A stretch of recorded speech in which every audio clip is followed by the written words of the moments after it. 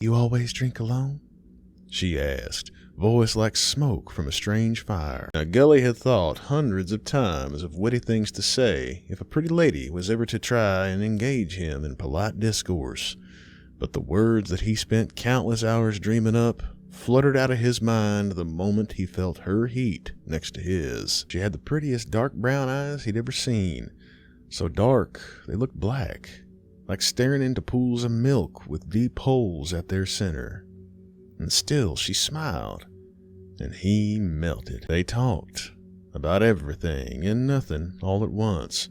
The railroad, the moon, how the air in Ponderosa always smells faintly of cow shit. She told him her name was Orla, and that it meant golden. He took another drink. A couple drops slipped from the limp side of his mouth and chased each other down his chin.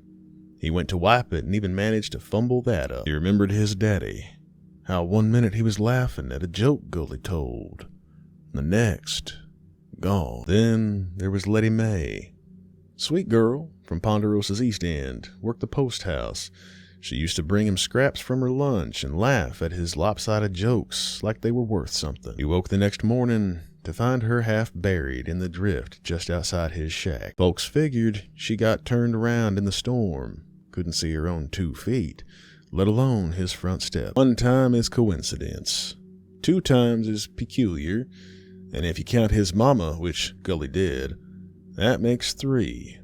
And 3 times is a pattern. He looked down at her hand, still resting there on his. Warm, willing, he really did. But being well and truly alone is a weight few can carry. Her home wasn't far, just a short climb up the crooked staircase in the back of the brass cistern, one of the guest rooms they let out to travelers passing through. He expected her to laugh when his hands trembled, or to slap him when they reached up her body, forgetting themselves. But she only pressed into him, welcoming him, forgiving his clumsy fingers. He was drunk on more than moonshine now.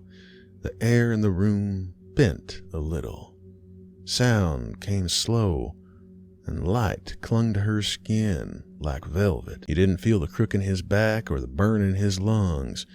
It had been a long time since he'd been to the holy house, but the way she moved over him felt like a prayer, and he whispered every word he didn't know that he still remembered. He lost himself in that moment, felt himself lifted away, lighter than air. She didn't stop.